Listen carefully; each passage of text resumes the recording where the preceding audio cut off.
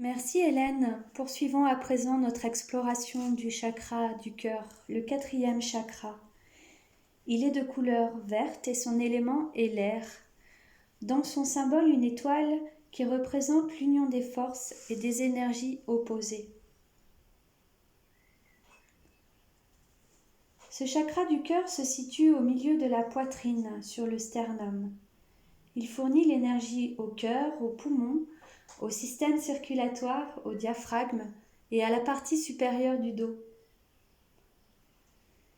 Il reçoit l'ensemble des énergies des chakras, les inférieurs dont nous avons parlé en début de semaine, mais aussi les 3 supérieurs, le chakra gorge, le 3e œil et le chakra couronne qui portent les énergies mentales et spirituelles. Le chakra du cœur, c'est le centre de la manifestation de l'amour dans ses formes multiples.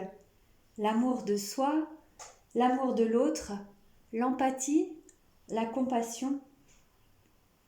C'est là que se développe la capacité à aimer. Il contient aussi nos mémoires émotionnelles.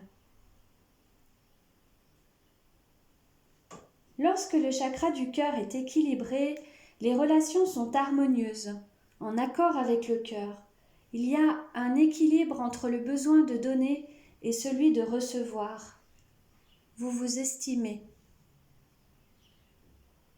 À l'inverse, lorsqu'il est fragilisé, on peut observer des dysfonctionnements physiques comme des manifestations ou des maladies cardiaques, pulmonaires, des troubles de la circulation artérielle. Sur le plan émotionnel,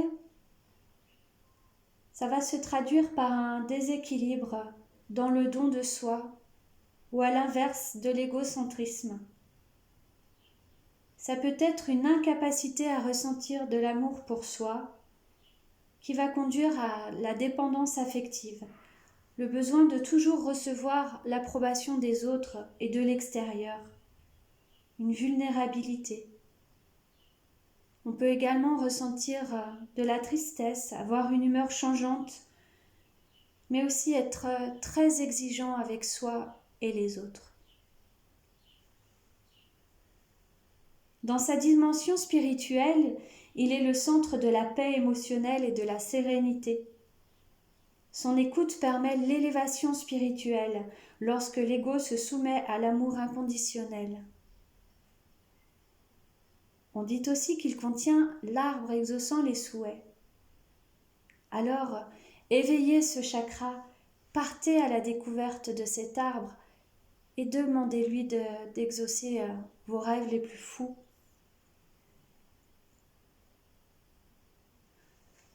Concernant les ressources, je voulais m'attarder sur le Reiki, qui est une technique énergétique que je pratique. C'est un moment de bien-être, de douceur. Vous vous retrouvez enveloppé dans une belle énergie à travers la position des mains sur les différents chakras et sur l'ensemble du corps. Ça va permettre une réharmonisation et un équilibre de cette énergie à travers le corps. Et ça va avoir un effet sur votre corps physique, votre corps émotionnel et aussi spirituellement. Vous pouvez observer des modifications à partir de cette technique énergétique qui aussi peut être pratiquée à distance. Voilà, pour les pierres, vous pouvez aller vers des pierres vertes comme la jade, l'émeraude, l'amazonite, mais aussi les pierres roses comme le quartz rose que je vous présente.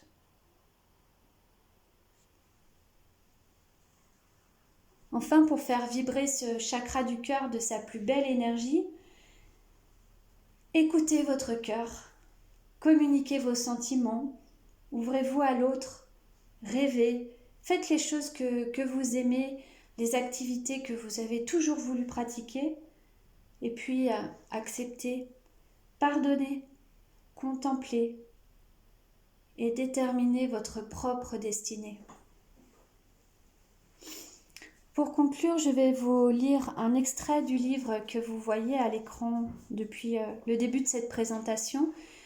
Il s'agit d'un extrait du livre de Frédéric Lenoir, L'âme du monde. Un sage prit la parole et dit : cet élan du cœur qui nous pousse à aimer et à nous attacher à l'autre prend de nombreux visages.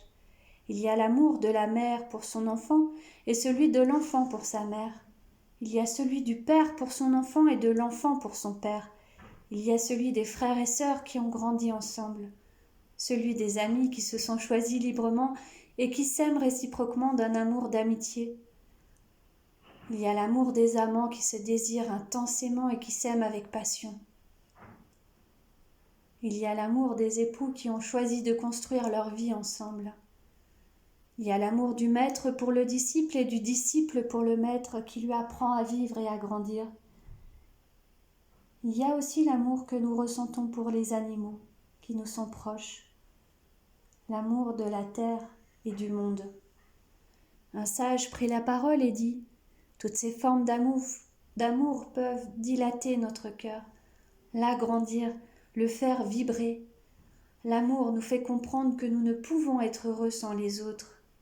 L'amour nous révèle que nous sommes faits pour la relation et que le dépassement de notre ego est source de joie. Voilà. Très belle journée à vous et à très bientôt.